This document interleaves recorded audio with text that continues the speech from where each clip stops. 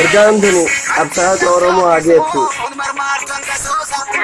Abiy Ahmed haa geessu. Jowaar Mohaammed haa geessu. Lammaa Magarsaa bira haa geessu.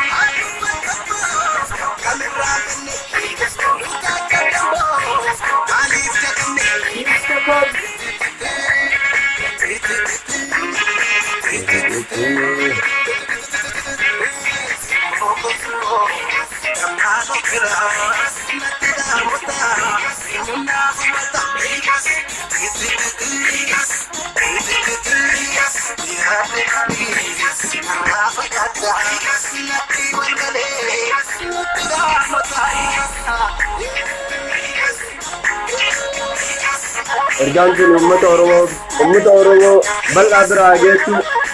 Qabsaa'ota Oromoo bira haa geessu.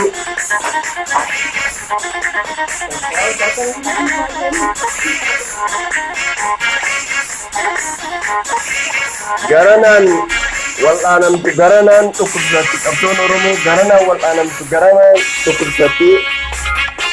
Marii gootanii waan kana furuu qabdan qabsaa'onni Oromoo.